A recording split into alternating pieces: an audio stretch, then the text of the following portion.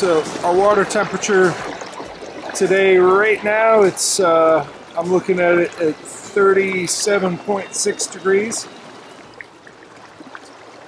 We had a lot of success yesterday out here. Over 30 fish with I was out here with Mike breeding on his jet boat, and you know, got a really solid pattern of finding the foam eddies. They didn't have to be particularly deep, which is a new one on me. Winter holes are supposed to be deep, but these are not winter holes. I guess with the catfish, the flathead catfish moving upstream every year, they're pushing the smallmouth out of their traditional winter holes, and they're finding places to, you know, to get through winter in smaller and smaller calm water foam eddies. And I got one that I'm heading back to that I fished with Jake back in November that had a lot of fish in it. We'll see them, you know, see if they're in there now. Yesterday, I did real well with that. It's an 1/8 ounce. What's the Do It mold? Midwest finesse Jake, whatever. It's got an EWG on it, and I've tied a skirt on there and put the Z-Man 2.5 inch bat wings in green pumpkin with blue flake. They liked it. And I like that they liked it. So I'm going to give it to them a little bit more today. So one of the luxuries that we have when the water is warmer and the fish are more biologically, metabolically active in feeding is that we can come out here and try lots of places. Try that day. Come over here and try behind this tree. Look for some grass beds out in the middle of this pretty decent current, and we'll catch fish. They're spread out. In winter, they're not. They're in very specific spots, and you have to, you know, in winter, once you've developed a couple of those spots where you know where they are, it just makes sense to go straight to them. If you haven't developed a couple of those feeding stations where you know there's going to be fish, it really does come down to finding still water, and still water that remains that remains still at a variety of different river levels. If it comes up, is there still, you know, does that still water quality remain?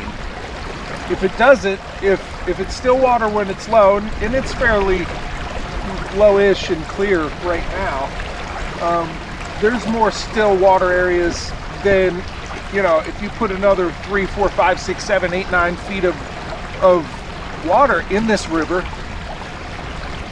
you know, in that area, is there still some still water that they can move a short distance to get to?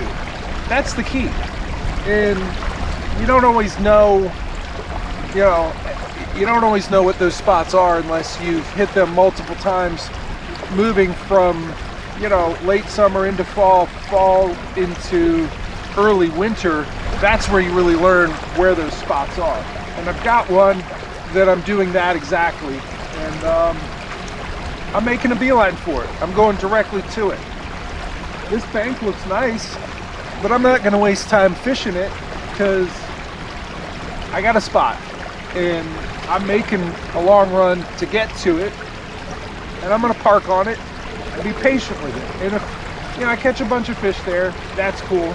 Hey, here comes a juvenile baldie. Let's see if I can get him on film.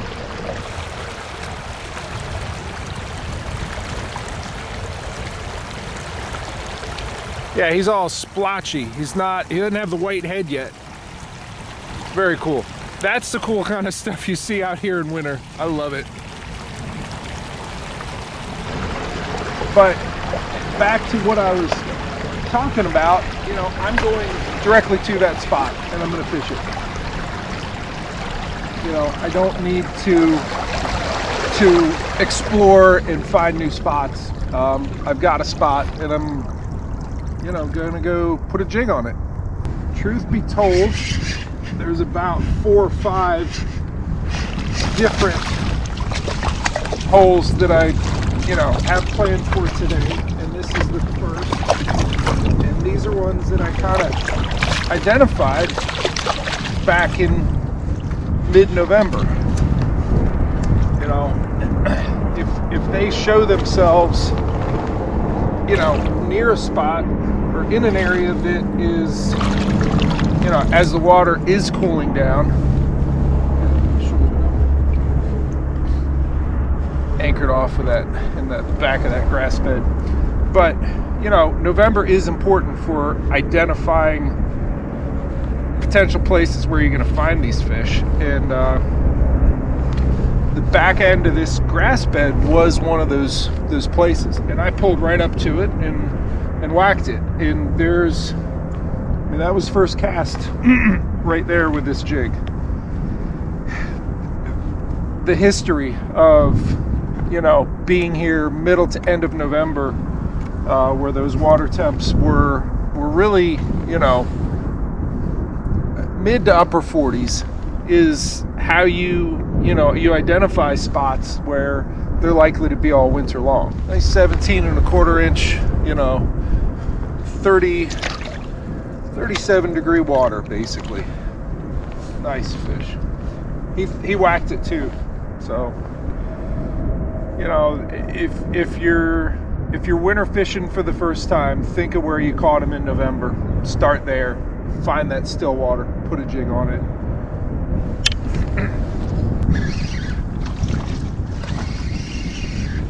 So part of the success, I'm loosening the drag on that one, of pulling up on this spot, yes, is knowing that it's a worthwhile spot ahead of time, or at least having an idea.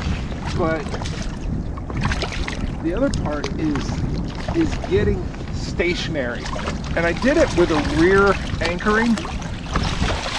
That's a thick one. Beautiful fish. Getting stopped is critical. And I've done it with a rear anchor coming off the back. That one's bigger than the last one. In this grass bed. So I've anchored off the back, you know, and I'm facing downstream, casting downstream into the eddy. And, you know, he's 17¾ Nice one. He is the second good fish out of this spot. I'll let him go. See you, guy. Thank you. So when you're in a spot like this and the wind's not blowing you around, the current's not sweeping you downstream, you are stopped. What do you do with that? You know, why is that critical? Well, if you're moving, you're usually either dragging and moving the bait, which, you know, both of those fish hit it when that jig was sitting still and had been sitting still for some time. But, and I was able to draw the line taut. Like, I've cast it out there, I'm low on my rod tip, and I can see, because I have that black and yellow alternating with the Sharpie marker trick, I can see that the line is straight. So a straight taut line to a jig that's resting on the bottom is critical to feel that bite. But if it's in the wrong place in the eddy, it's all for naught. And the right place it varies by the day. You know, the more aggressive they are, the closer they are to this current seam. I got a current seam here, I got a dead portion of the eddy here, and then on the other side of the grass bed there's another current seam. But in the middle, it's calm, and there's a decent amount of calm water back there. And I'm just keeping it still in a place where I can feel that solid connection to a hard bottom. That is critical. It needs to be a hard bottom. If it is a soft, mucky bottom, or if it's in what I refer to as the leaf litter zone. The area where, I mean, you can see some leaves caught up in this grass. It's you know, it is the realm of carp and catfish and other things that don't seem to mind that sort of organic material. These smallmouth want to be on the hard bottom, and certainly there's hard bottom out where all this current is, but they don't want to work in that current. There's an area that transitions just on the inside of the eddy line as you move towards where all the leaves sort of gather in the center of the eddy. If they do, not all eddies have a leaf litter zone, but the ones that do, you know, they don't want to be in that. They want to be on the edge of it, on the outside. You know, they do not want to be in the leaf litter zone. And you can feel it. You can feel it. You can put a jig out there and it feels mushy and mucky and just soft. You want it to feel hard. When you pull on that, and I'm going to do it here, I could feel it. I could feel that jig head. It's only an 1/8 ounce. Kind of crumble, crush, you know, hard, you know, pull across hard rock. So hard bottom is key. Hard bottom, still water.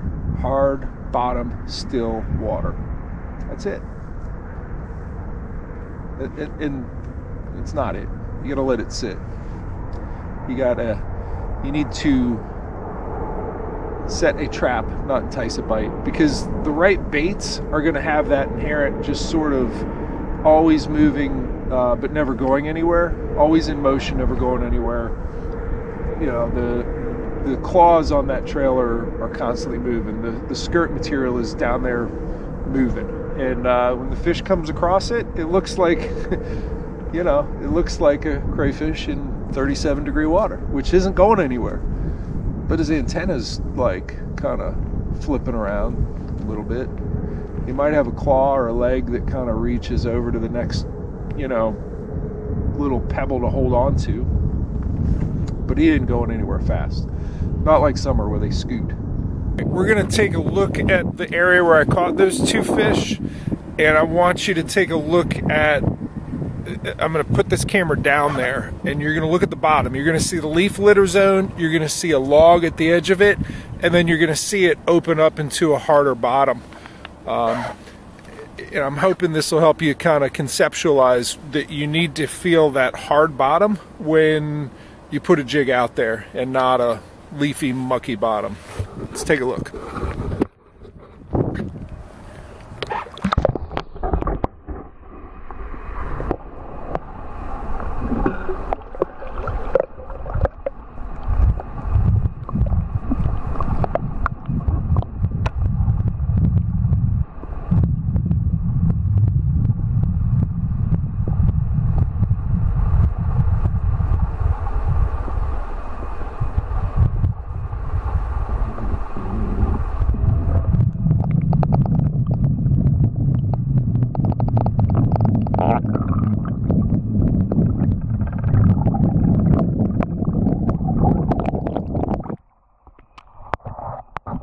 Hopefully that was enlightening somehow. Visually, to run over where you just caught fish always makes sense, so you start to process and pattern develop. But it went from current seam with swift water to hard bottom to leaf litter zone to hard bottom. I don't know if you saw the log that was in there, and then hard bottom zone again, and then I'm back out in swift current where they're not. Hard bottom where they aren't is too much current. So kind of in that transition in between current and leaf litter zone is hard bottom with, you know, without current. Let's go find some more spots like that. All right, back in my office, I'm gonna break out the Sharpie marker and some highlighters, do a little bit of illustrating to really drive home the point of avoiding the leaf litter zone, finding the, you know, the hard bottom to let that jig rest for at least 3 minutes and wait that, you know, for that smallmouth to come up onto it, sniff it for a second, and then suck it in, and you'll feel that dunk. Let's do some illustrations.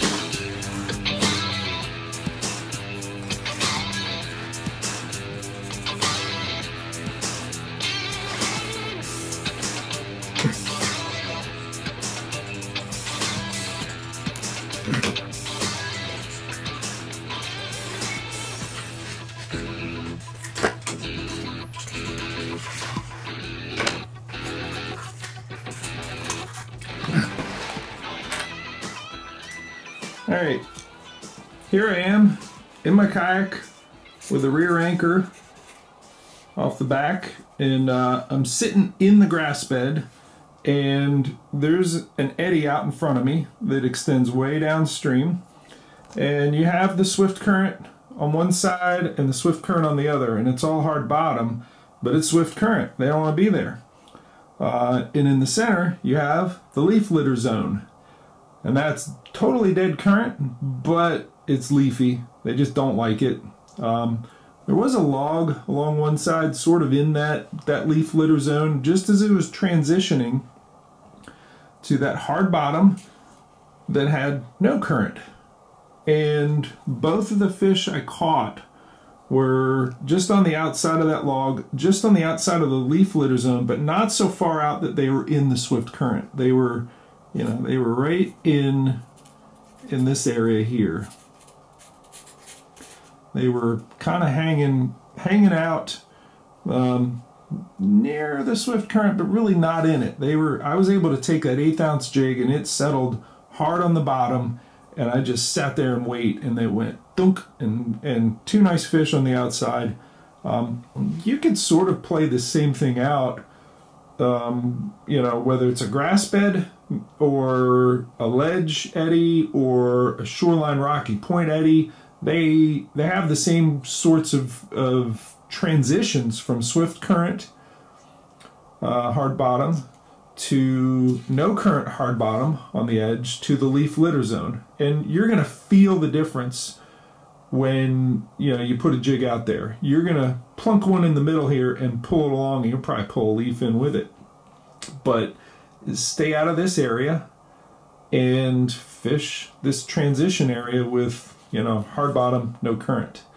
Now, not every eddy is this big, and not every eddy has a leaf litter zone, and I would encourage you, to find those tight little areas that, and usually they're behind ledges, where there's no leaf litter zone, but the whole eddy, and you're usually smaller than the one I was in, is hard bottom, no current. Hopefully that helps you visualize it. The main thing is you got to get out there and put a jig on it and practice it.